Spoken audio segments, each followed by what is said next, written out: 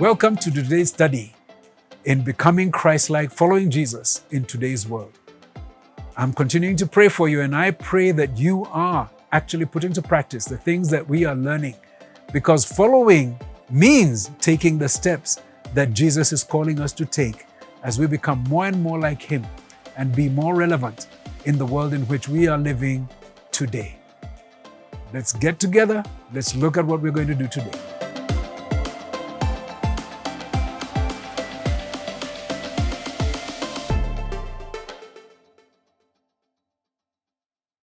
Yeah, the biblical concepts of justice and righteousness are intricately linked. Justice is having things are working right. Everybody can see that everything is fair. Everybody's being treated right and equally, and in just every way, it is correct. It is just. Righteousness is making things happen that way. It is being part of bringing justice into the world. And so that's the way they are linked, that we all want justice. It doesn't happen unless some of us, or all of us, I hope, are connected, are willing to participate in righteousness, in making things right. Now, this is a concept that's really important in the scriptures. When you look at Jesus and the things that He was teaching, there's a place where He's asked by a lawyer, what is the most important command? And He's told, and the response is, love God and love your neighbor. And then the lawyer wants to justify himself. It's in Luke chapter 10. And he says, and who is my neighbor? And Jesus gives the story of the Good Samaritan. And it's really interesting what he presents about loving your neighbor. Because, this guy who is so holy, the priest, the Levite who was like a worship leader within the community, these guys, everybody else would have thought these are the guys who are doing the right thing. But when they met a guy who had been beaten up and was stuck on the road, they just walked by. They didn't want their bodies to be contaminated with one thing or the other. They didn't want to take a risk. Maybe the thieves are somewhere nearby. No, they walked by. But then there's this Samaritan, and it's actually mentioned a hated Samaritan, because among the Jews, the Samaritans were considered just like their enemies. They hated them. And that's the guy who does the right thing. He stops, heals, works to heal this guy, takes him to a hospital or an inn, that's what they had that time, pays the deposit for him to be taken care of, and even commits to pay the final bill. When Jesus challenges the lawyer and he says, okay, so which one was a neighbor to the one that had been hit by the robbers? And this lawyer has to say, the one who helped him. He didn't even want to say the Samaritan. He just said, just the one who helped him. And Jesus' response to him is, go and do likewise. It's about doing it. He doesn't want us to stop at thinking it, or feeling I love somebody and I care so much about somebody else. No, he says, go and do like the Samaritan did, even as a person that had been rejected by the Jews. And perhaps even this man who had been beaten up would have considered the Samaritan an enemy. Yet the Samaritan loved him by doing the right thing. This is what righteousness is, that you found a situation and you have stepped in and you have done that right thing. So righteousness is always, always active. In our memory verse for this week, we have Romans chapter 6, verse 13, which is a really interesting one. It was one of my early memory verses as a young believer. And it really, caught my attention when it says, do not offer any part of yourselves of yourself to sin as an instrument of wickedness. And that feels like holiness, that I'm not allowing myself or my body to be used for anything else. Then he says, but rather offer yourselves to God as those who have been brought from death to life. So this is where our center is. Remember holiness, that we are about God. And then he says, and offer every part of yourself to Him as an instrument of righteousness. So it's an instrument. It's something that does something. We are called to be instruments of righteousness. Righteousness is active. It is doing something. How can we be practical about our righteousness?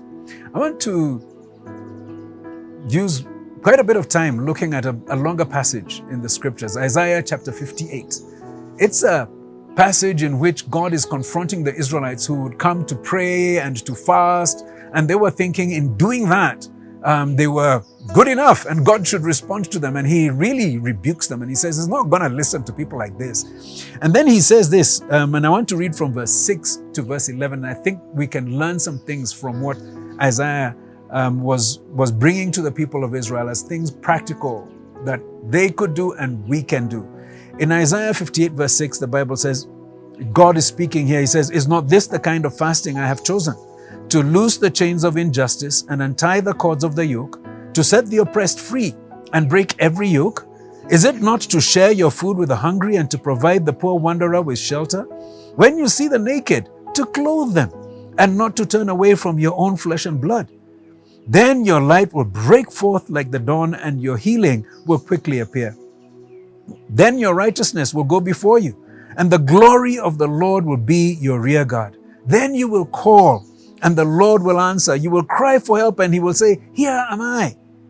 If you do away with the yoke of oppression, with a pointing finger and malicious talk, and if you spend yourselves on behalf of the hungry and satisfy the needs of the oppressed, then your light will rise like the darkness and your night will become like the noonday. The Lord will be your guide always. He will satisfy your needs in a sun-scorched land and will strengthen your frame.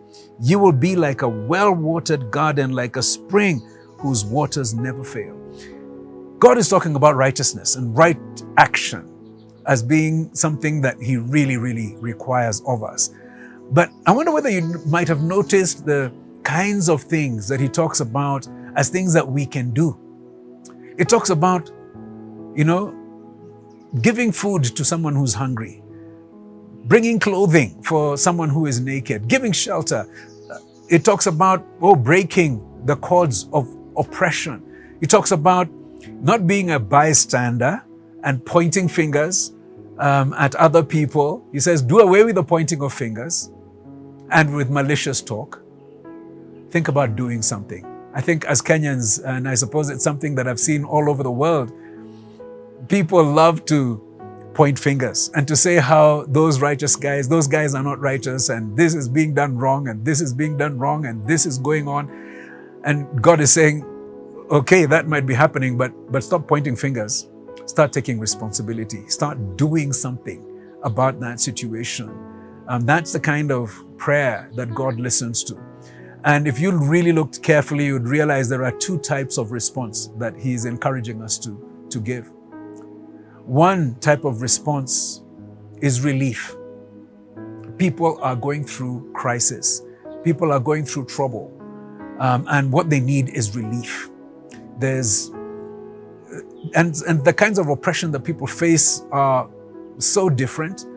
So if someone is hungry, you give them food. If someone is needing clothing, you step up and you give them something to wear, but what about if it's something that went wrong in the office? I remember one time the challenge that was faced by one of my colleagues when I was still working as an engineer was that, there was a demand that was brought in. We were working for a private company and there was a demand that was brought in by a major employer who is the government. And the PS writes and says, can we change this? And this letter is sent to, of course, our general manager, who then sends it to the specific engineer. And this guy looked at this letter and, he can't, he looks at this and he just feels this is so crazy. I can't do this. And, at that particular point, he was also struggling with how can he not do it? Because is this going to mean his job? Is this going to mean something different? And the good thing that he did was he brought it to a few of us. We ended up talking about it as 3 of us. And so what he's facing is trouble that may result in a loss of job. We provided for him support. We came and we said, we'll stand together with you. We agreed with him that what he was being asked to do was was too much, but we provided that supporting network and enabled him to develop an answer that was correct. It was the correct engineering response to this demand that had been made. And actually, when it went back up the ladder, it worked out so perfectly. Everybody was so happy with that response. And we suddenly realized actually the PS himself was being put under pressure by a parliamentarian. And so he was responding to this, and getting this correct answer was what he needed. But do you see what we were able to do? We were able to stand with him and to tell him that we support him in this thing. We were able to be his strength.